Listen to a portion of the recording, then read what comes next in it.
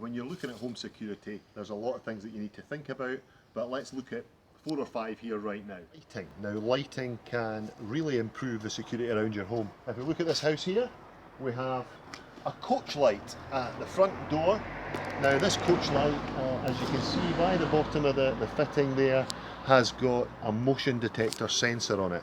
So anybody approaching this house and there was a darkness will activate that light and it'll come on. Now that light will welcome visitors and it'll put off people who shouldn't be there. So that's definitely worth having. A light like that should possibly be at the back of the house as well. That detects any movement and can switch on and off. In leafy areas like this in the city of Edinburgh, we've got a lot of foxes and stuff moving around at night time. Foxes can set these things off. You might want to consider a dusk to dawn fitting using a low energy light source. A dusk to dawn fitting does exactly as it says on the tin. It switches on when the natural light dims, and when it gets light in the morning it switches back off again. So in effect you've got light in an area all night.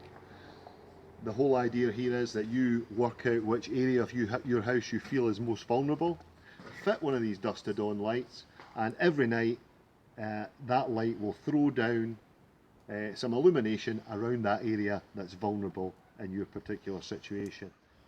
Okay, we now find ourselves at the side of the property, and like many other properties of this style, there's a garage at the bottom of the driveway here. Now this garage is probably not being used for parking cars these days like so many of them. It's just a bit of a garden shed. But if we take a closer look at it, you'll see that it's fallen into a bit of a state of disrepair. The bottom hinge on this door is not working very well. Though the doors are solid core doors, they're very sturdy doors, the locks, the hinges, not up to much.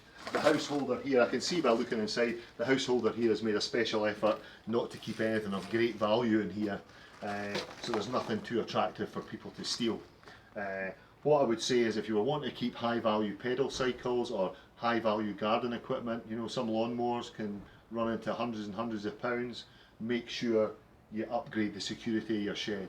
And also a good idea to lock these items within your shed as well. Okay, we're in the kitchen now, and just looking around I see a glazed back door going out into the back garden. They're quite commonplace, but I do notice the key is in this back door. A common mistake that people make. What I would say on this occasion is do not leave your key in your back door. Someone could quite easily smash that glass and they have access to your key and they can get out. If someone has broken into your house by some other means, it's all very good climbing in a window, but if you're taking quite a large article out of the house, it's a bit more difficult to get it out the window, and it's always preferable to take it out the door. Now, if you break in that window, steal the big television set, you come through here, you unlock the door and you can walk the item out. So don't make it easy for them. Don't make it easy for them to get in, but also think about not making it easy for them to get out. Okay, we find ourselves in the master bedroom of the house now, and I think this would be a good time to discuss damage limitation. If someone does get into your house, what are they wanting to steal? How can you protect yourself should the worst happen? Now, we come in here, I'm automatically drawn to the bedside table here. I can see an iPad. I can see a couple of rings, looks like a wedding ring and an engagement ring on the bedside table here. These are among the items that these guys want to steal from you.